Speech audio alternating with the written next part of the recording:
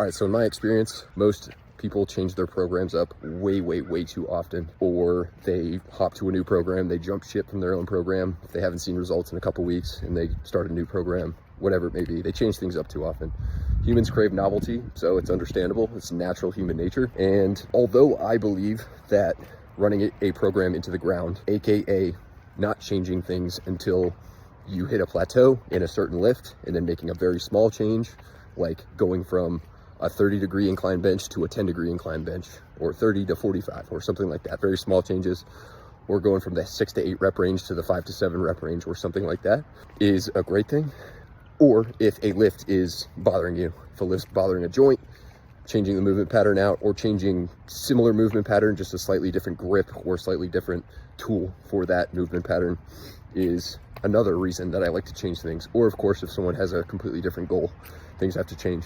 But other than that, in a perfect world, I believe that following a program into the ground, so week after week after week, month after month after month, doing the same lifts, same movement patterns, and just progressing, is the optimal way, minus the lifter psychology, to make gains. However, you bring the psychology in, everyone's a little different here. Some people really need novelty more frequently than every 16 weeks or every 20 weeks or every 24 weeks, whatever it may be. Others are totally fine just continuing to follow the same program again and again and again. My clients are perfect examples. Probably half my clients, I change things up every 8 to 10 weeks. Other half of my clients, they just run the same thing over and over and over again, obviously making some small progressions in conditioning, but the lifting stays the same. But after coming off being sick last week and not going to the gym for 8 days, as well as starting a new full body split, a slightly different approach to training that I haven't done in a very long time, inspired by my buddy Jason Brown.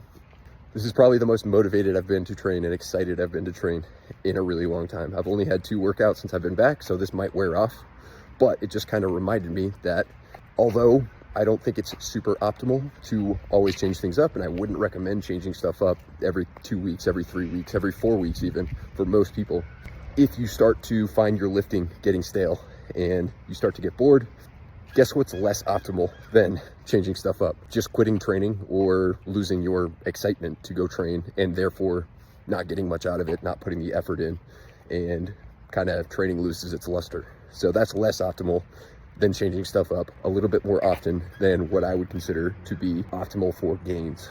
So just something to keep in mind.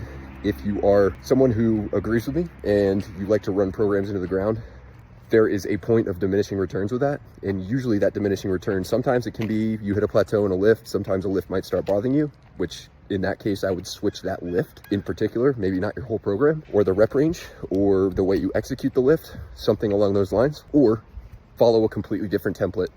Obviously still according to your goals.